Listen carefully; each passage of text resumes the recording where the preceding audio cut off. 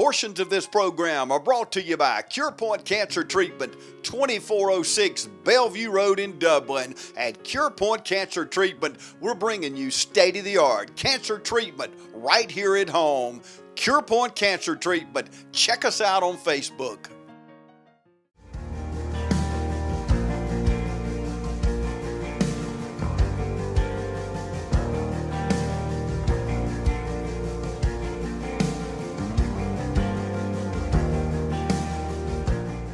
Welcome everybody. I'm glad to have with me today Trey Taylor, and Trey is a local attorney. A lot of you know Trey, and I just wanted to sit down with him today and talk about his run for district attorney in this judicial circuit. Trey, one thing first of all is not just Lawrence County in this circuit, is it? No, the Dublin Judicial Circuit includes other counties. We have Trutland County, Twiggs County, and Johnson County, as well as Lawrence County, that make up the Dublin Judicial Circuit. So it's our county here in Dublin, as well as 3 others that are smaller counties, but still part of the circuit and very important to serve. And y'all are watching us right now. Those of you in Wrightsville and Soperton, we appreciate you watching us all over Lawrence County and Twiggs County, of course. But we're here today at the Page House, and I always like to thank the Page House. They're wonderful people here, and they let us use their facility anytime we'd like. And Trey, I just want to sit down with you. What a comfortable setting this is. Isn't the Page House really beautiful? Yeah, it is, James. I haven't been here in a few years, and it's changed a lot since the last time I was in here, but it's a beautiful place to be, and it's just sort of an interesting place to look around and see all the decorations and all the history of Dublin that's here. But it's a great setting for this time for us to talk. It really is. It's very comfortable in here, and we want to thank the Page House for letting us come in today. But first of all, before we get started, Trey, tell us about your family. Yeah, so I'm married. My wife is Jenny Taylor. My mother is also Jenny Taylor, so that's confusing sometimes. But Jenny's from the Atlanta area, and we met when I had finished college and moved to Atlanta to work for a few years in the political realm. And Jenny followed me to Birmingham when I went to law school. We later married one another and decided that we wanted to come back to Dublin and Lawrence County to start our family in this community. So we did. She left the Atlanta life and moved down here to Middle Georgia. We never thought twice about that, but we have 3 small children. Will, who has just turned 8, and I guess he's finished with 2nd grade now and will be moving on to 3rd grade. Thomas, who is about 5 and a half, and he'll start kindergarten next year, actual kindergarten. He was in pre-K at Northwest this year. And then Cora, my little girl, is about 2 and a half. So we have our hands full with small children around the house. Trey, let's jump right into it. You know, and we all know, we have a gang problem here in our community. Absolutely. Not only Lawrence County, but Johnson, Trutland. We know this from law enforcement. We see it a lot in the paper. But we have a serious gang problem. What's your plan to address this gang problem and to keep us from becoming like a Macon, Georgia, or Augusta, or some of these bigger communities? Yeah, and so that evil has really taken root in our community, and unfortunately not a lot has been done to combat it up to this point. You know, our police chief is even on record saying that there have been very few, if any, gang prosecutions during the time that he's been chief, and that's been approximately 4, 5, or 6 years, just depending on what date you look at. But we definitely need to start dedicating resources towards this. We need to have prosecutors who are working hand in hand with law enforcement to build successful cases. We need to make sure that they are receiving the appropriate training that is offered from some of these state agencies, and making sure that we are coordinating and cooperating and sort of leveraging our relationships around the state to make sure that we can get in outside resources if that's what we need. If we need additional training to successfully prosecute these cases, that's what we need to do. But overall, James, I think that the #1 step in the right direction would be for us to get on the same page with our law enforcement agencies, to partner with those agencies and making sure that we're on the same page and fighting right alongside them and doing our part to combat that problem. You mentioned prosecutions. How many prosecutions, gang-related, have been done in the last 5 years? Okay, so in March of 2018, our police chief, Chief Chapman, was on the front page of the paper, and at that point in time, Chief Chapman said that since the time he had become chief, which at that point in time was 4 years prior, he knew of one gang case that had been prosecuted during that time, and it wasn't a quote, but what the paper did say is that, you know, what Chief Chapman was saying is that we don't necessarily have a crime problem. We just need to prosecute these people. We have a prosecution problem. And I understand that prosecuting those gang cases is just one of the tools in the tool chest that can be available to us. But when we're fighting this kind of evil, we need to make sure that we are throwing everything that we have at it. We need to make sure that we're using all of our available resources to punish these guys and to prosecute them and to put them in jail if that's where they need to be, so that we can make our community a safer place. One gang prosecution. Why is this? You know, I don't have an excuse for it. I can't offer that excuse. I don't know why it's not being done. Some may say it, and I've heard, you know, some in the district attorney's office say that it's too hard to show that that these actions that these folks are doing are related to gangs. Well, James, there's a lot of, you know, there's a lot of issues in my job, a lot of things that I have to do in my job that are difficult, that are hard to prove, but that's not an excuse for not getting them done. When I'm representing my client, what I have to do is again, use every tool available in my tool chest to try to achieve my client's results, and I just don't think that's being done right now. This is a very useful tool that we could be putting into play to fight back against some of this evil that's taken hold in our community. You know, it's too hard is just not an excuse. Okay, I don't want to beat a dead horse, but I want to try to pin you down on this. I want to stay on this topic. You know, and a lot of people in the community know, there are a lot of cases that have not been prosecuted in the district attorney's office. Yeah. Misdemeanors, felonies. I'm Yes. talking about several hundred or more. Yes. That have not been prosecuted. Why? I don't even know how to ask this question, because it's mind-boggling when I hear from local attorneys and judges that, you know, how many cases are there? Why aren't we prosecuting? Do we not have enough help? What's the reason? Yeah, James, I think it breaks down to a fundamental mismanagement of people and of the process. And if we can work to improve the process, to make things run more efficiently, to find ways to tweak what we're doing, I think the process is going to work much smoother. Doing things the same way that we have always done them will not cut it. That's not how we're going to tackle the problems that we have now, and it's certainly not how we're going to be able to successfully address the problems that we're going to face in the future that are coming down the pipeline. You say several hundred. Unfortunately, as of 2018, it was several thousand. At that point in time, the Dublin Judicial Circuit had a little over 2,000 cases pending.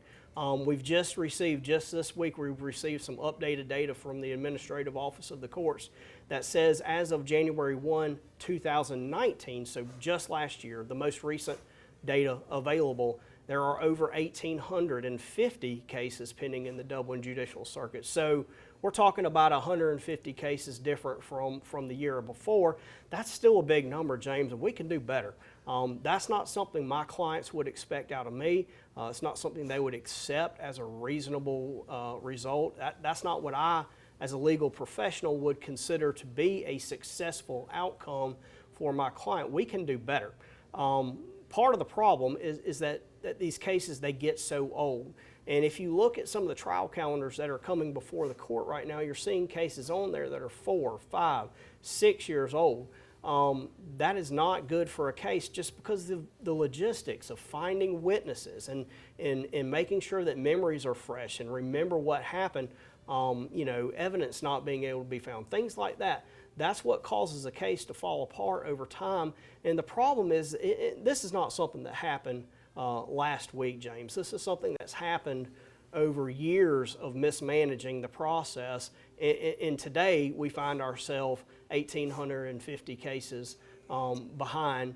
because of the problem that has developed over a number of years. I'm sure that they're working very hard now and have over the last 6 to 8 months trying to fix that, because there's an election coming and people should be held accountable for their track record, and this backlog is part of my opponent's track record that he should be held accountable for. So I'm sure everybody's working very hard now, but it's what happened when nobody was looking that we should be concerned about. It's how hard were we paying attention to these things, and how closely were we looking at these processes before the election came around. Okay, I hear the word accountable. I'm locking in on that. How do you hold public employees accountable? You know, that's a great question, and it's something that I do want to address at the Attorney's Office that I think needs to be addressed very badly. Is there's a nepotism problem at the District Attorney's Office. You have multiple family members of the District Attorney who have worked there in the past. You have a husband and wife team working there together. You have fathers and sons who are working there together. And listen, folks, in private business, that's not a problem. That in private business, your family are the only people that you can trust, really. Trust me. I know, I'm in private business. Sometimes that's the only people you can trust. But in local government, I think it just breeds an environment where people are not held accountable for their job performance, because your daddy's not going to get on you if you don't do something right.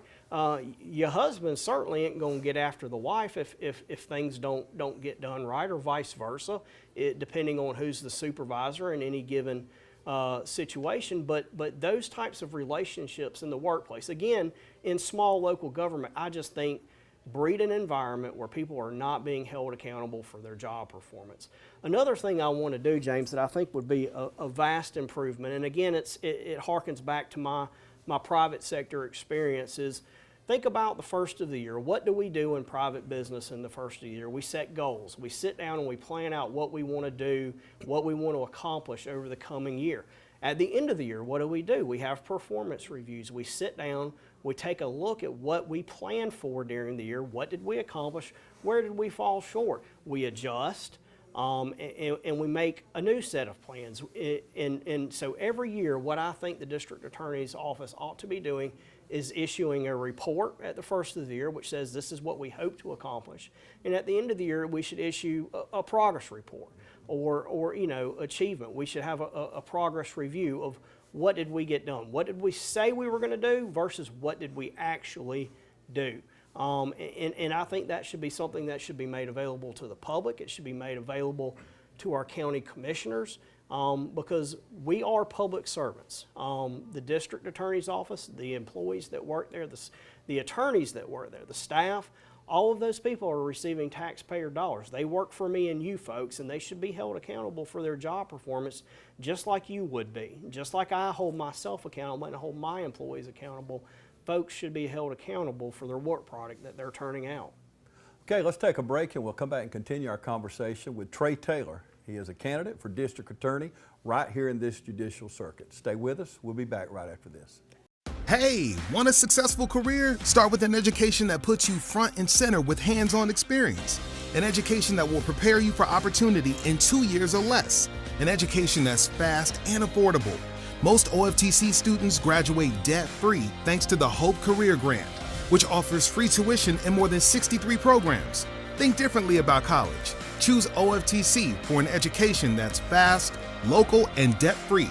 OFTC is an equal opportunity institution.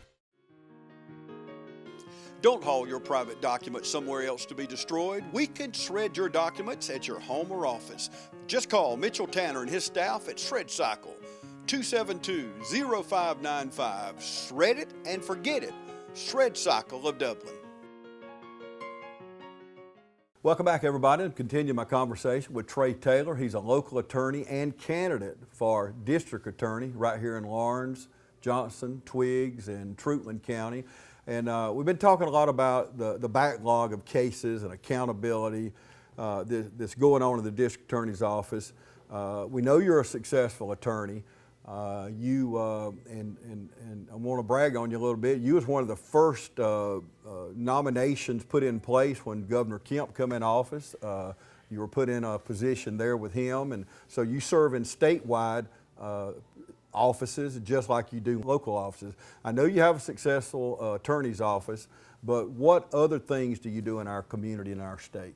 Yeah, James, thanks for bringing that up. I was very honored that Governor Kemp would think enough of me and trust me with the very important position that he asked me to serve in. That's being on the Judicial Nominating Commission. And what that commission does, James, is anytime there are judicial vacancies across the state, this is sort of a clearinghouse and a sounding board for the folks who apply for those jobs, the attorneys who want to be Superior Court judges.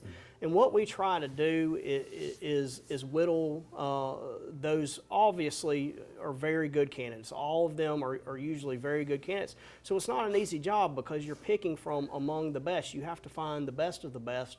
And so it's a lot of work that there's no pay for. It is certainly a public service to the state. It's something that I spend a lot of afternoons in Atlanta, seated at a conference table with colleagues from across the state. I am by far the least impressive person to sit on that commission, and what I enjoy the most about it is being able to learn from some very impressive lawyers, some very smart people who have very intelligent things to say, and so it's fun, and I'm proud to serve our governor. He and I have a long-standing friendship.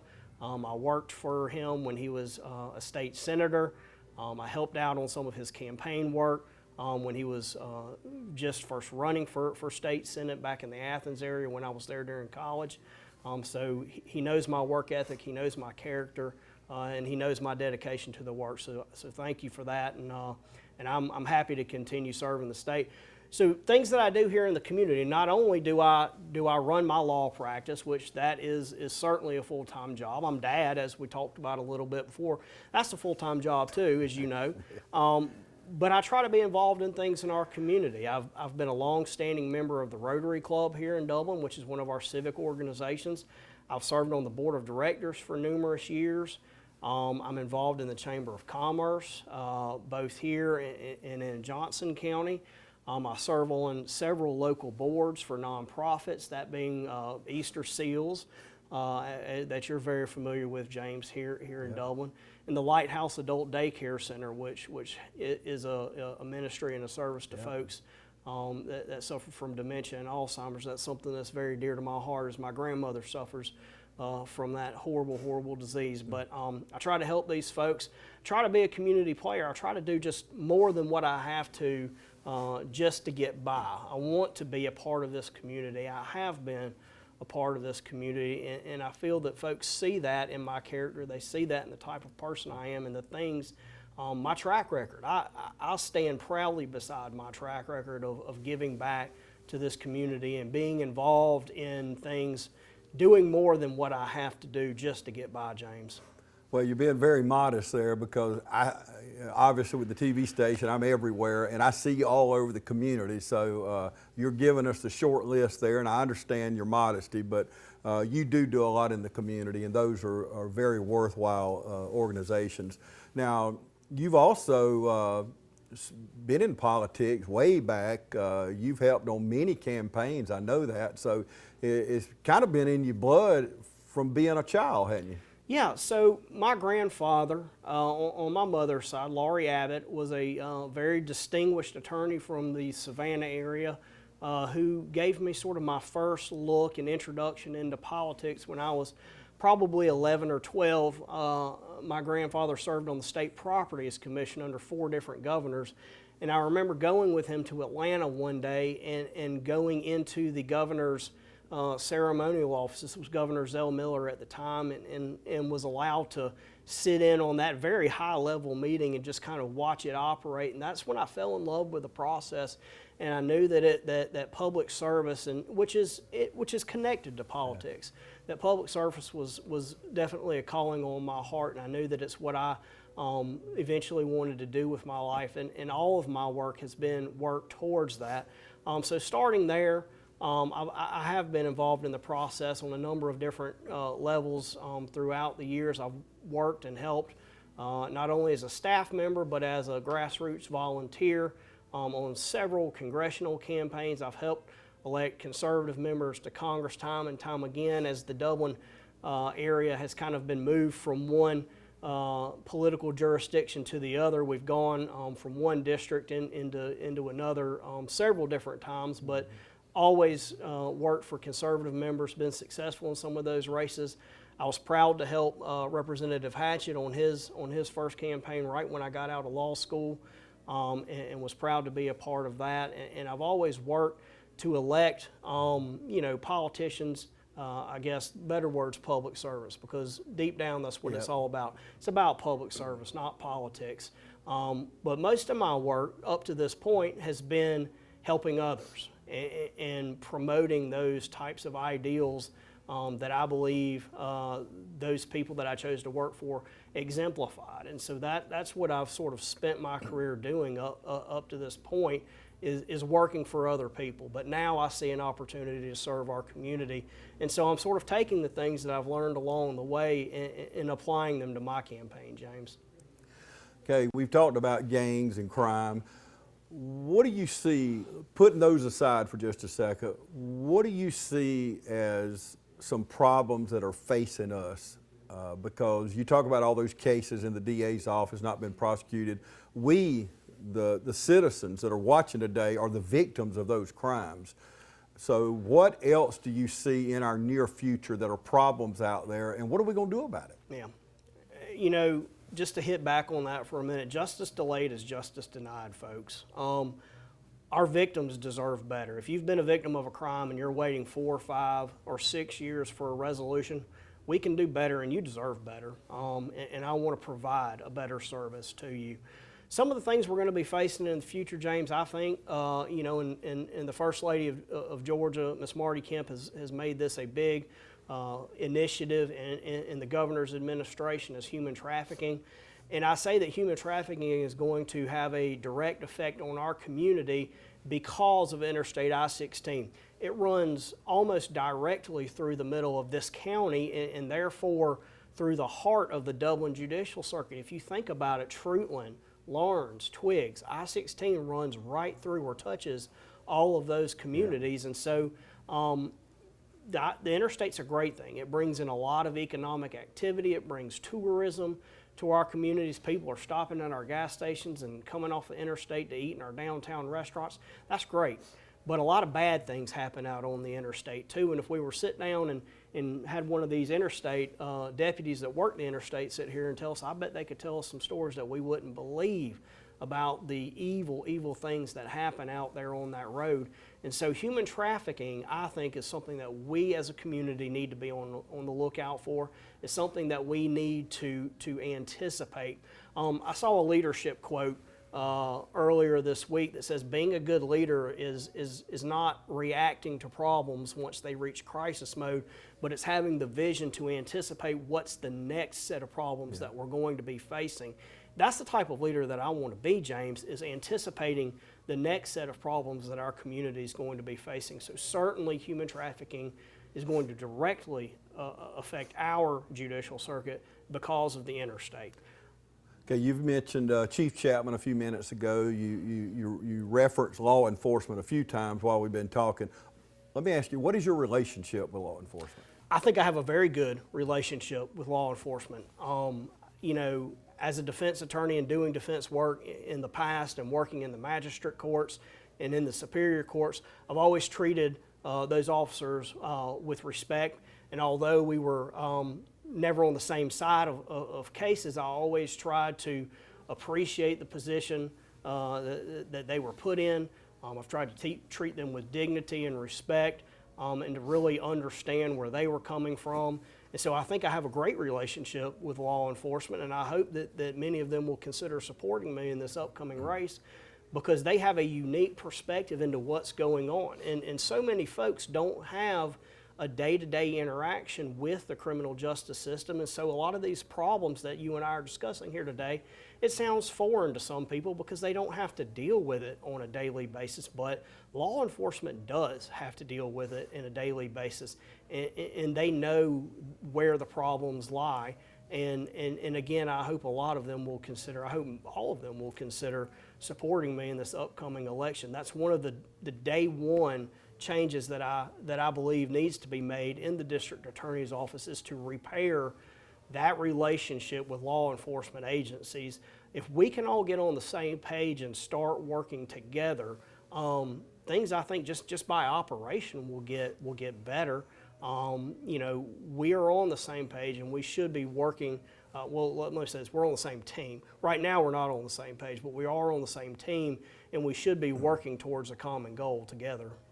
And I want to take this time, we do thank our law enforcement, our local police and sheriff and state patrol, and not only them, our first responders during this recent pandemic that we've had.